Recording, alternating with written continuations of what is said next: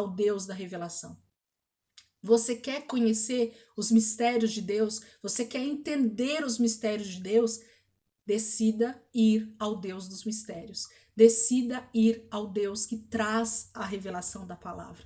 Mas tem pessoas que elas preferem simplesmente deixar a Bíblia empoeirada em cima da mesa, em cima da estante, dentro do carro, né? Tem Bíblia que fica até com as páginas assim ressecadas, porque a pessoa deixa em cima do negócio do carro, né? Do painel do carro, tomando sol dia e noite, mas ela não tem a capacidade de pegar a Bíblia e ler um capítulo por dia, um versículo por dia, para que aquilo Deus vá alimentando ela e ela possa então ter discernimento espiritual para ela e para o próximo.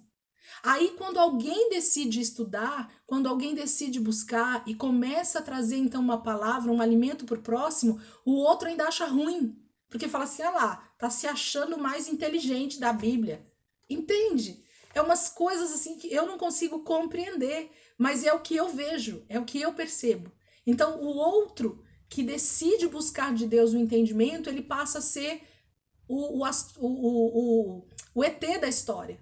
Quando, na verdade, o Deus que nós servimos, ele está totalmente disponível a todos nós. A todos nós. Não é somente a um, a dois, ou a 10, ou a uma elite. Não, ele está disponível a todos que têm sede e fome dele. Amém?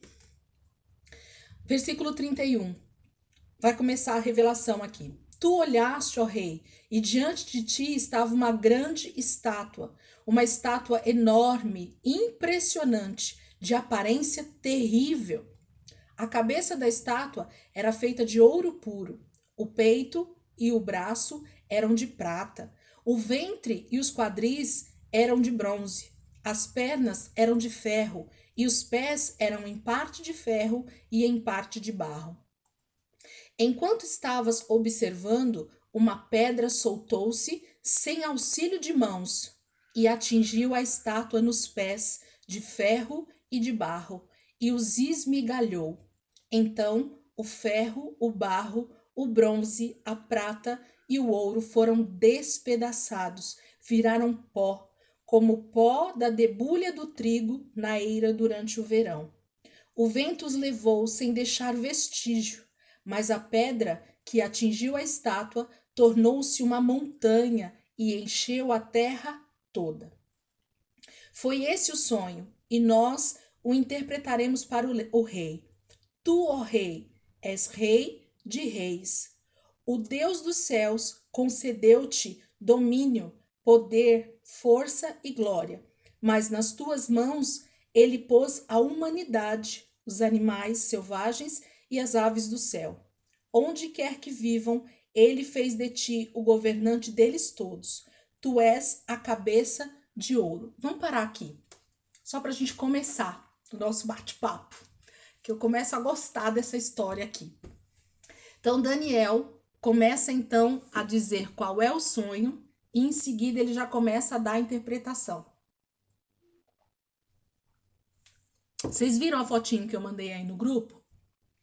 Quem não viu, depois olha. Mas eu acho que essa imagem é meio que conhecida de praticamente todos aqui, tá? Que é a estátua da visão do rei Nabucodonosor. Então, Daniel diz que ele estava olhando e ele viu uma estátua grande, enorme, né? Uma estátua impressionante, de aparência terrível. A cabeça da estátua era feita de ouro puro, o peito e o braço eram de prata, o ventre e o quadril era de bronze, as pernas eram de ferro e os pés eram em parte ferro e em parte barro. Enquanto, versículo 34, enquanto estavas observando, uma pedra soltou-se sem auxílio de mãos e atingiu a estátua nos pés de ferro e de barro e os esmigalhou. Então vamos ver aqui a visão. Olha, tenta imaginar aí a visão. Então tem uma estátua, uma imagem de uma estátua bem grande, e essa estátua então tem 4 partes, ok? Ouro, prata, bronze, ferro e por último, perdão, 5 partes, ferro e barro, ok? Então nós temos uma estátua com 5 tipos de materiais da natureza: ouro, a cabeça, prata, os braços e o peito, os quadris Eu nunca lembro a sequência aqui. O ventre e os quadris eram de bronze, as pernas de ferro e os pés de barro e de ferro, ok? Aí a palavra, Daniel está dizendo que nessa visão, já vendo a estátua impressionante, enorme, inteirinha, e ele percebeu todos esses tipos de materiais, vem uma pedra que sai do nada, porque a pedra diz que não, nenhuma mão a atirou, essa pedra sai de um lugar e atinge os pés dessa estátua, que é de ferro e de barro, e esmigalha essa estátua. Mas esmigalha a estátua inteira, não esmigalha só os pés. Pensa uma pequena pedra, que é isso que ele está dizendo aqui, que vem de um lugar que não vê uma mão segurando essa pedra, mas essa pedra sai e ela atinge os pés. Então a pedra atinge a base da estátua, ela atinge os pés da estátua, que era de ferro e de barro. Só que aí o que acontece com a estátua? A estátua inteira esmigalha, ela se quebra. Por quê? Atinge os pés e automaticamente a palavra está dizendo que a estátua inteira ela é esmigalhada. Entendeu a visão? Vamos segurar até aí para a gente entender. Então a visão, o sonho de Nabucodonosor foi esse. A visão da estátua e a visão da pedra batendo nos pés da estátua e esmigalhando tudo. Esse foi o sonho do rei Nabucodonosor. Aí Daniel continua. Pode falar. Não querendo cortar o teu raciocínio, mas se Nabucodonosor tipifica o anticristo, por que será então que ele fala que ele é rei sobre reis, que Deus deu poder para que ele governasse os homens? Vamos lá. Ô, Glória, eu gosto de pergunta difícil. Esse Valdo, ele sempre vem com umas. Vamos chegar aí agora, que é justamente o início da interpretação do sonho de Daniel. Vamos lá. Versículo. Deixa eu pegar aqui. O vento que levou, se deixar vestígio. Eu quero pegar um versículo acima só pra gente. Vamos pegar o 35. Só para eu ter o raciocínio para a gente conseguir entender o 36. Então o ferro, o barro, o bronze, a prata e o ouro foram despedaçados e viraram pó, como pó da debulha do trigo na eira durante o verão. O vento os levou sem deixar vestígio, mas a pedra que atingiu a estátua tornou-se uma montanha e encheu-se a terra. Olha o que o versículo 35 está dizendo, queridos. Está dizendo que a pedra que atingiu os pés da estátua, ela era uma pequena pedra, ou ela era uma pedra, vamos dizer assim, porque não fala pequena, mas ela era uma pedra, e ela se torna então uma montanha que enche toda a terra, ok? Só guarda isso por enquanto. Então a pedra que bate nos pés da estátua, que o rei Nabucodonosor sonha, essa pedra que atingiu os pés, ela faz todo esse estrago com a montanha, com a estátua, e ela se torna uma montanha que enche toda a terra. Ok? É isso que a palavra está dizendo. Versículo 36, e aí entra no que o Ivaldo estava perguntando. Foi esse o sonho, e nós o interpretaremos para o rei. Nós quem? Deus e Daniel, ok? Tu, ó rei, és rei de reis. Vamos parar aqui para a gente entender. Deus está dizendo que Nabucodonosor, ele é rei sobre reis. Rei com letra minúscula e reis em letra minúscula também. Quem é Nabucodonosor e quem vai ser o anticristo? A tipologia aqui. Um governante que vai governar sobre outros governantes. Ok? Então, tanto Nabucodonosor, nesse momento aqui da história, ele era rei sobre outros reis de nações vizinhas, porque ele era dominador dessas outras nações. Ele era rei sobre essas outras nações, então ele governava sobre esses outros reis. E o anticristo também vai ser, nós vamos falar dele depois, eu só quero mostrar primeiro aqui a visão do anticristo, nós vamos falar depois dele, mas ele também vai ser um governante, um dominador sobre outros reis, sobre outras nações, ok? Então, por isso que a tipologia aqui ela é exatamente a mesma. E por isso que Daniel está dizendo que Deus pôs Nabucodonosor rei sobre reis. Vamos continuar aqui? 37. Tu, ó rei, és rei de reis. O Deus dos céus concedeu-te domínio, poder, força e glória. Quem concedeu poder para Nabucodonosor ser rei sobre reis e ter domínio sobre a terra? O próprio Deus. No sentido assim, a permissão, a liberdade para que Nabucodonosor tivesse esse poder, esse domínio, essa glória sobre a terra, porque o reino da Babilônia foi praticamente o maior reino da história da humanidade, foi a Babilônia, ok? Então, assim, quem deu esse domínio, essa glória para Nabucodonosor foi o próprio Deus que permitiu isso. Quando eu falo Deus, gente, é no sentido de permissão, ok? Porque se nós estamos falando do anticristo, se nós estamos falando de um rei dominador que tinha adoração a tantos outros deuses, que não era o único Deus, nós estamos falando de alguém que é inimigo de Deus. Porém, o que eu falei no início da aula para vocês?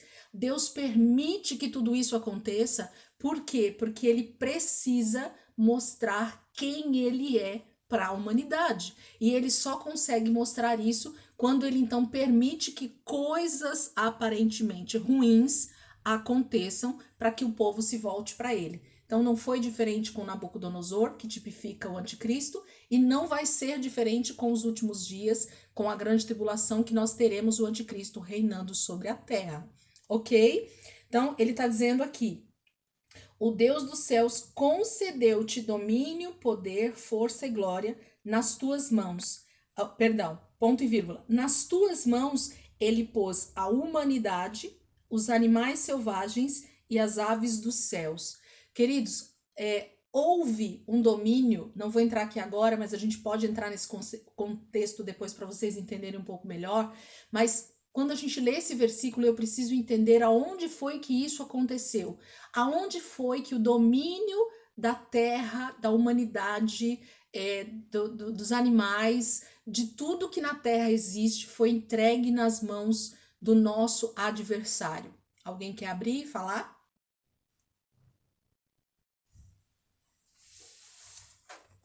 No Éden. No Éden. Do Éden pelo pecado de Adão e Eva. Exatamente. Então, o domínio da terra, o domínio sobre a humanidade, o domínio sobre todas as coisas na terra foi entregue no momento em que o homem desobedeceu a Deus, quebrou esse ato de comunhão, quebrou esse pacto, essa aliança que existia entre Deus e os homens. Então, ali, quando a gente olha, e a gente vai olhar para essa profecia um pouco mais para frente, quando você olha para a queda e quando você olha para a profecia que foi dada para o homem, para a mulher e para a serpente, você vê perfeitamente tudo sendo entregue, infelizmente, nas mãos do diabo. E ele passa, então, a ser aquele que rege todas as coisas, aquele que está sobre o domínio de todas as coisas. Até que existe um domínio final. E aí nós vamos entrar aqui, eu vou só terminar esses versículos que eu li e a gente volta então no versículo 39, ok? Diz assim: onde quer que vivam, ele fez de ti o governante deles todos. Tu és a cabeça de ouro. Então, Daniel já começa dando a revelação para Nabucodonosor de que ele é a cabeça de ouro.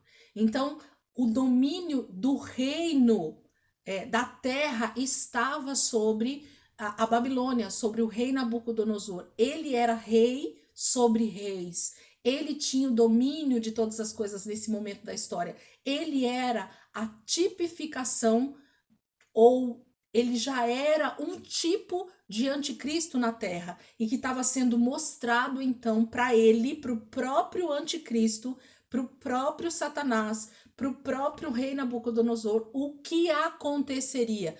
Olha como é terrível, queridos, você saber o seu futuro. Nabucodonosor tipificava o anticristo, era o espírito do anticristo que regia sobre a vida de Nabucodonosor, E espiritualmente falando, o diabo estava ouvindo a sua sentença. Aliás, desde o Éden, ele já ouviu a sentença dele. O diabo já sabe qual vai ser o fim dele. Ele já sabe, não sei se eu já comentei aqui com vocês, mas eu gosto muito de ler a palavra e entender isso, que Satanás é o mais,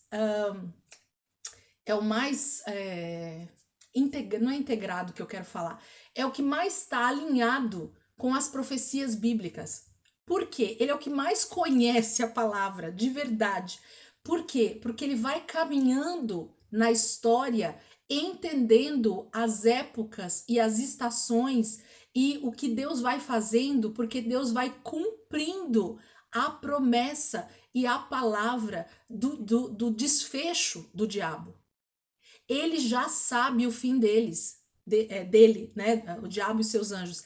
Eles já sabem o fim deles. E mais especificamente, realmente o diabo, né? O próprio anticristo, esse espírito do anticristo, ele sabe o fim dele. Então, aqui, a estátua do rei Nabucodonosor, ela é o retrato, ela é o esqueleto de reinos que vão passar pela terra e do que vai acontecer nesses reinos até chegar ao pé, que é isso que nós vamos falar semana que vem. Nós já vamos entrar a partir do versículo 39, quando chega no pé e esse pé recebe uma pedra que é lançada sem ter uma mão que a lance, mas ela é lançada sobre a estátua, ela bate no pé, que é o barro e o ferro, esmigalha não somente os pés da estátua, mas toda a estátua é esmigalhada a partir dessa pedra. E aí nós vamos ver o desfecho aí da revelação de Daniel, porque senão se for falar aqui dá uma aula de mais 1 hora aí fácil, para a gente terminar a revelação aqui da estátua. Amém, queridos? Então, deu para entender essa linha de raciocínio até aqui? Porque nós vamos entrar dentro do contexto da estátua toda. A gente termina aí o capítulo 3, 2 entra no capítulo 3, e aí vocês vão vendo o desenrolar do livro de Daniel e dessa profecia escatológica. Daniel está vivendo um tempo onde tudo que ele está vendo, falando, passando, tem a ver não só com a história naquele momento de Israel, mas tinha muito mais a ver com coisas, como ele mesmo disse para Nabucodonosor, que Deus estava revelando para ele coisas dos últimos dias, coisas futuras. Então, tanto Nabucodonosor, quanto Daniel, quanto Israel, quanto nós, ao olharmos para esse livro, a gente não só está vendo uma história que está sendo vivida literalmente para aquele período de Israel e que tinha um contexto para Israel naquele momento, mas que apontava para os últimos dias. Então eu preciso ler Daniel com o entendimento da história, mas eu preciso ler Daniel também com o entendimento espiritual do que Deus está querendo me dizer a respeito dos últimos dias. Amém? Amém? Amém? Muito bom, né? Eu gosto bastante quando eu leio. Aliás, vocês já sabem, né? Eu fico eufórica. Eu queria ficar aqui o dia inteirinho com vocês, que a gente ia falar bastante. Tá bom? Queridos, Deus abençoe. Essa parte de Daniel aqui vai ser muito mais didática, né? Muito mais com essa parte do mostrar o reino, né, se estabelecendo ali, do anticristo e tudo mais, do que propriamente dito, talvez a revelação da palavra, como lá em Mateus. Mas eu creio que vocês vão entender bastante a respeito dessa questão, dessa grande profecia que Daniel traz, do entendimento que Daniel traz aqui, para que a gente entenda depois Apocalipse lá, a grande Babilônia, né, a prostituta e a besta que emergia do mar. Se eu não entender aqui, que ainda tá pequeno, que a estátua ainda é pequena, eu não vou conseguir entender depois lá, tá bom? Vamos orar? Vou pedir para quem orar aqui para nós. Deixa eu ver. Líbia, você consegue abrir o áudio aí e fazer uma oração para nós? Vamos ver se ela tá por ali. Vamos ver se tá.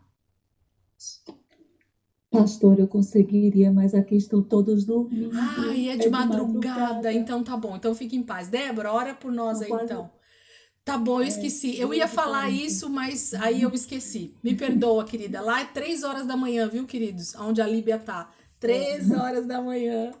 Ela tá aqui Amém. estudando conosco. Glória a Deus. Pode orar, Débora, por favor. Amém. Pai soberano, Pai eterno, em nome do nosso Senhor Jesus Cristo, Pai, nós entramos na Tua presença agora, nesta hora, Pai querido, para estarmos, Senhor Jesus, louvando-te, Pai, glorificando-te, Pai querido, por esses preciosos ensinamentos, Pai querido, que Tu tens nos proporcionado, Pai soberano e eterno. Paizinho santo e eterno, em nome de Jesus, nós agora, Senhor Jesus, te agradecemos, Pai. Agradecemos também, soberano Deus, pela vida, Senhor Jesus, de Elisângela, Pai. Continue, Senhor Jesus, a capacitando, Pai, a fortalecendo, Pai, a ungindo, Senhor, meu Deus e meu Pai, para que assim possa ela, Senhor Jesus, transmitir não somente a nós, como a muitos outros, Senhor Jesus, estes preciosos conhecimentos, Pai. Que a tua paz, Pai querido, que excede todo entendimento, que a tua graça, que o teu infinito amor, Pai querido, venha estar, Senhor Jesus, sendo derramado nesta hora, neste dia, sobre cada um de nós, Pai, abrindo também as nossas visões espirituais, Pai, abrindo, Senhor, os nossos entendimentos espirituais para conhecermos mais e mais de Ti, Pai. É o que nós te clamamos e oramos neste dia, Pai. Gratos, Pai querido, pelo teu infinito amor, Pai.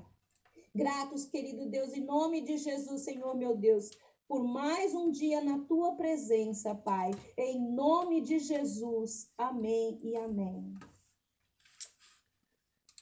Amém, queridos. O Ivaldo, até como professor de história, né, Ivaldo, colocou aqui para nós, que era o que eu estava tentando lembrar aquela hora, que se vocês quiserem anotar, ele colocou no chat, ó. O anticristo ou qualquer governante dominador que quer realmente dominar um grande reino, um grande império, ele quer ter muito forte no seu domínio a cultura, né? Então ele tem que ser culturalmente grandioso, militar, economia, né? Então são as 3 áreas que precisam estar muito forte dentro de um domínio de um governante, né? De um rei realmente na sua nação. Então isso tem que estar muito forte. Então Nabucodonosor não era diferente no seu reinado e o anticristo também não vai ser diferente nos últimos dias. Isso vai estar muito bem estruturado, ok? Deus abençoe a vida de vocês, bom descanso para todos, ótima noite. Se alguém quiser perguntar alguma coisa dentro daquilo que a gente falou, tô por aqui mais uns minutinhos, tá bom, queridos? Pastor Marcos, Deus abençoe. Obrigada, viu, por mais uma aula. Eu sei que às vezes o pessoal tá cansado, né, vindo do trabalho. Renatinha também trabalha o dia inteiro, a Dailton, essa turma toda cansada, mas estamos aí junto, graças a Deus. Deus abençoe, viu? Paz a todos. Paz. Paz do Senhor, pastora. Amém, Claudinha. Deus abençoe. Paz, paz. A paz do Senhor.